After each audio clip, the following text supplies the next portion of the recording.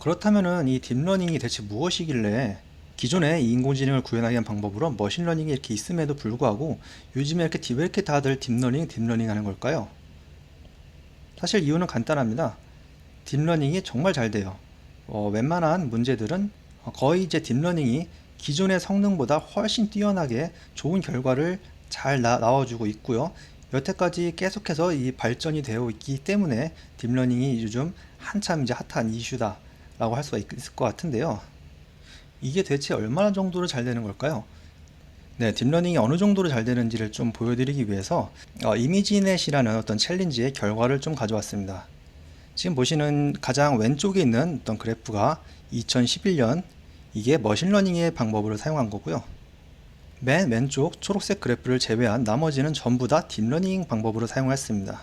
우선 다른 걸 볼 필요도 없이 가장 왼쪽에 있는 것과 바로 다 오른쪽에 있는 것을 보시면은 2011년과 2012년 딱 1년 차이에요. 이 알렉스넷이라는 것이 이미지넷이라는 어떤 챌린지에서 딥러닝을 이용하여 결과를 내놓은 어떤 최초의 딥러닝 모델이라고 할 수 있는데요. 물론 그 이전에도 딥러닝은 계속해서 발전을 하고 있었습니다만 이 이미지넷이라는 챌린지 자체가 워낙 다양하고 좀 방대한 어떤 챌린지이고 어려운 챌린지이기 때문에 이 챌린지에서 딥러닝을 활용하여 첫 번째로 어떤 이제 결과를 내놓았다라는 점에서 좀 의미가 있는 것 같아요. 우선 결과만 보시면요. 지금 이 보시는 이 세로축, 이 Y축이 에러예요, 에러. 따라서 높으면 높을수록 나쁜 거겠죠. 지금 보시면은 가장 왼쪽에 있는 이제 머신러닝, 이때 당시에 이게 머신러닝 방법으로서는 굉장히 좋은 방법이었을 것 같아요. 자, 그런데 여기에서 무려 26%가 틀린다 라고 지금 바 그래프가 나오고 있죠. 우선 이걸 조금 더 자세하게 설명하기 전에 이 이미지넷 클래시피케이션 챌린지가 뭔지 좀 설명을 드리자면요. 우선 이제 사진이 굉장히 좀 많이 주어집니다. 그리고 1000가지의 카테고리를 딱 사진 한 장을 주고 이 1000가지 중에 알아서 하나를 분류를 해라 라는 것을 이제 컴퓨터가 자동으로 이걸 하도록 하는 어떤 챌린지를 내놓은 거죠.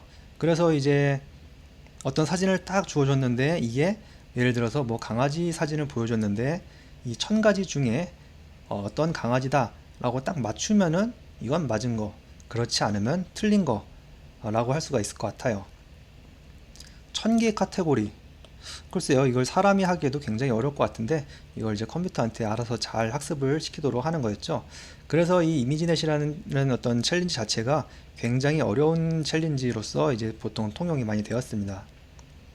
자, 그런데 이제 한 가지 더 이제 재밌는 걸 보시면은 여기 보면은 탑 5라는 어떤 이제 숫자가 돼 있죠. 탑 5.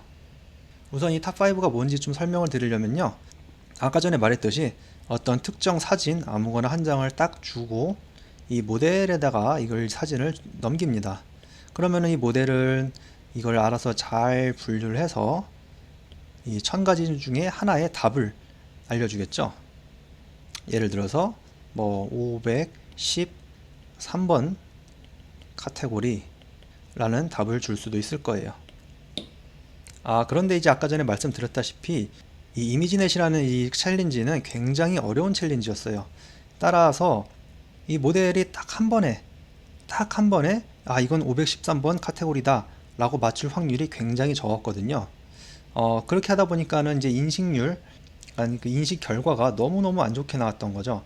그래서 이거를 어떻게 점수로 좀 환산하기가 너무 어렵고 이 챌린지한 문제이다 보니까 탑5라는 개념이 나오게 됩니다. 이게 어떤 거냐면은 아까 전에는 513번 카테고리라고 딱 했다면요. 이번에는 513, 예를 들어 뭐 242 또는 뭐 13번, 820, 643 이 모델이 생각하는 상위 5개의 정답을 제시를 하고 이 중에 정답이 하나라도 있으면 맞춘 거다라고 하는 것이 이 탑5라고 보시면 될 것 같습니다. 자, 그러면은 이제 조금 더 잘 맞추겠죠? 조금 더 문제가 쉬워지겠죠? 그럼에도 불구하고 에러가 또는 틀린 확률이 26%나 됐어요. 그러니까 사진 4장 주면 그 중에 하나는 틀리겠죠? 그러니까 이제 여기에 이제 참여하는 사람들이 정말 열심히 하고 정말 최신의 기법들을 이제 아무리 했었어도 어떤 머신러닝이란 방법으로는 정말로 이렇게 어려웠던 문제들이었던 거예요. 그런데 딥러닝이라는 것이 이제 나오면서 무려 10% 가까이 에러를 낮춰버렸어요. 이 정도 발전이면 사실 굉장히 획기적인 거였거든요. 이걸로 이제 사람들이 많은 충격을 받았고요. 이 딥러닝 자체가 이게 정말로 잘 되는 거구나 라는 어떤 대중적인 인식을 좀 갖는 계기가 되지 않았나 하는 이제 개인적인 생각을 합니다. 그리고 지금까지 발전해 왔듯이 요즘에 이제 많이 발전해온 딥러닝을 생각하면은 이때도 굉장히 초기의 딥러닝이었음에도 불구하고 기존의 이제 머신러닝을 훨씬 압도하는 수준으로 어떤 이제 성능이 더 높아졌다 하는 것을 이제 볼 수가 있어요. 그 뒤로 이제 계속해서 성능이 점점점 발전해서 지금 이것도 좀 옛날 자료인데요. 2016년이죠. 점점 내려와서 그러니까 2016년에는 에러율이 무려 3.1%예요. 여기서는 지금 보시는 게 이 빨간색 그래프 보이시나요? 이게 이제 휴먼이라고 써 있죠. 사람이 이 똑같은 챌린지를 해도 무려 에러율이 5%나 된다고 해요. 그런데 이제 그걸 이제 딥러닝이 3%까지 내려갔으니까 이제 사람보다 더 잘하는 어떤 이제 모델이 된 거겠죠. 네, 그래서 지금까지 머신러닝의 방법에 비해서 딥러닝의 방법이 성능이 정말 좋다라는 것은 설명을 드렸어요. 그런데 이게 왜 좋다라는지, 이게 왜 잘 되는 건지에 대한 설명을 제가 아직 드리진 않았죠. 이게 왜 잘 되는지, 그리고 또 이걸 어떻게 해야 또 잘 되게 하는지를 저희가 조금씩 수업을 진행을 하면서 좀 더 깊게 알려드릴 예정입니다. 그런데 조금 더 그 전에 간단하게 조금 설명을 드릴게요. 자, 우선 딥러닝은 이제 머신러닝이라는 큰 카테고리 안에 있는 개념이기 때문에 기본적으로 방법은 동일합니다. 입력이 들어오고 우리가 원하는 결과값이 들어오고 어떤 모델을 거쳐서 규칙을 학습하게 되죠. 자, 그런데 이 머신러닝은 이 입력을 어떻게 넣어주냐면요. 이런 이제 강아지 사진이 있으면 여기서 피처 익스트랙션이라는 걸 합니다. 이 피처 익스트랙션이라는 건 뭐냐면 어떤 이미지가 있거나 또는 사진이 있거나 또는 데이터가 있을 때 이 사람이 어떻게 해야 이건 좀 강아지라고 잘 분류할 수 있을까 또는 고양이라고 잘 분류할 수 있을까 라는 어떤 특징들을 미리 정의를 잘 해가지고 이 특징들을 잘 뽑아서 머신러닝의 입력으로 넣어주게 돼 있어요. 그게 일단은 첫 번째 머신러닝과 딥러닝의 차이인데요. 그러면 이제 딥러닝은 어떻게 하냐? 이 딥러닝도 마찬가지로 피처를 뽑긴 뽑습니다. 사진이 주어지면 피처를 어찌됐든 뽑아야겠죠. 여기서 말하는 피처란 어떤 사진에 잘 이제 우리가 원하는 것들을 분류할 수 있도록 잘 이제 정의된 특징이라고 할 수가 있을 것 같아요. 이게 지금 이 피처가 도대체 뭔지 잘 감이 오지 않으시더라도 너무 걱정하지는 않으셔도 될 것 같아요. 그냥 강아지와 개를 구분하기 위한 어떤 특징이다 라고 생각하시면 될 것 같은데요. 그럼 이 피처를 이 딥러닝에서 어떻게 하냐면요. 이것조차도 이 기계가 학습을 하도록 해야 했습니다. 우선 이게 첫 번째로 가장 큰 차이일 것 같아요. 아무리 사람이 잘 정의하고 이렇게 잘 만드는 것들이라고 할지라도 이 머신이 계속해서 반복적으로 이 데이터만 쭉 넣어주면 이 피처마저도 기계가 잘 학습을 하는 게 더 잘 할 수 있지 않을까 라는 어떤 좀 개념이라고 보시면 될 것 같고요. 조금 더 이 두 가지의 차이점을 비교를 하기 위해서 조금 더 설명을 드리면요. 아까 전에 제가 설명드렸다시피 기본적인 방법은 똑같다고 드렸죠. 우리가 다시 또 좀 쉽게 생각하기 위해서 사진을 다시 예로 들어볼게요. 사진이 있습니다. 그리고 이 사진이 있으면 이 사진의 특징들을 잘 나타낼 수 있는 피처를 뽑는다고 좀 생각을 해볼게요. 지금 피처가 뭔지 잘 몰라도 괜찮습니다. 지금은 좀 더 그냥 개념적인 의미로만 생각하셔도 될 것 같아요. 특징을 우리가 추출을 해나고 예를 들어서 이거를 100개의 특징을 우리가 추출한다고 생각을 해볼게요. 그리고 나서 이제 모델에 넣게 되죠. 모델에 넣으면은 이제 예측값이 나오는 게 이제 일반적인 머신러닝의 프로세스라고 보시면 될 것 같아요.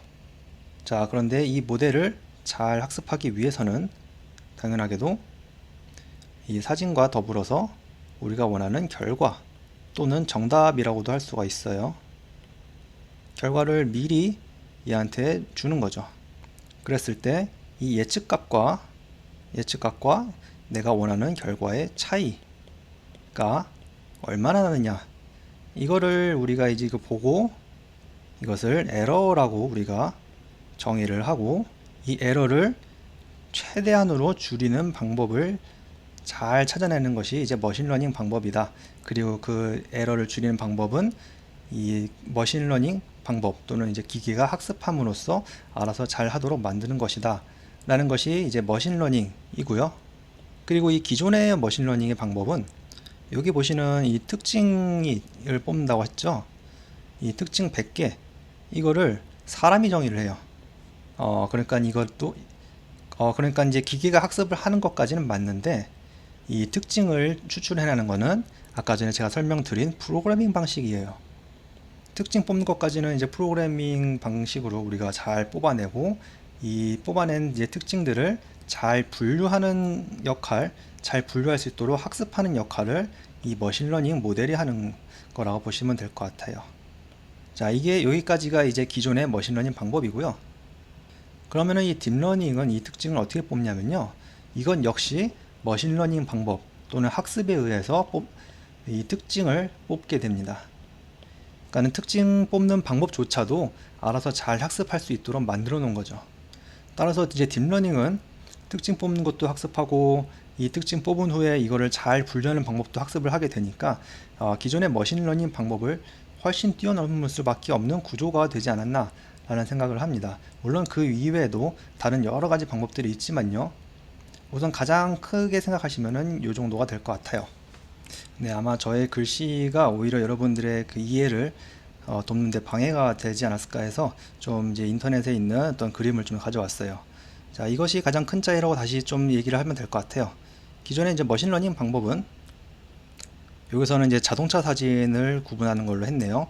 자동차 사진이 들어오면은 이걸 사람이 이제 어떤 특징을 뽑습니다. 피처를 막 뽑고 이거를 이제 어떤 이제 잘 분류할 수 있는 머신러닝 모델에 집어넣고, 이 특징을 잘 분류할 수 있는 모델을 학습을 해서 이게 자동차다 또는 자동차가 아니다 라는 걸 구분하게 된다고 한다면, 이 딥러닝은 이제 그 자동차 사진이 들어오면 이 자동차 사진을 잘 분류할 수 있을지 없을지에 대한 피처를 얘도 마찬가지로 학습을 하고, 또 이 피처를 어떻게 해야 잘 분류할 수 있는지조차도 학습을 하여서 자동차다, 자동차가 아니다를 분류할 수 있는 것들을 학습하게 된다고 보시면 될 것 같아요. 그래서 가장 큰 차이로는 요 중간에 사람이 한 번 더 개입을 하냐 하지 않느냐, 이런 차이라고 보시면 될 것 같습니다.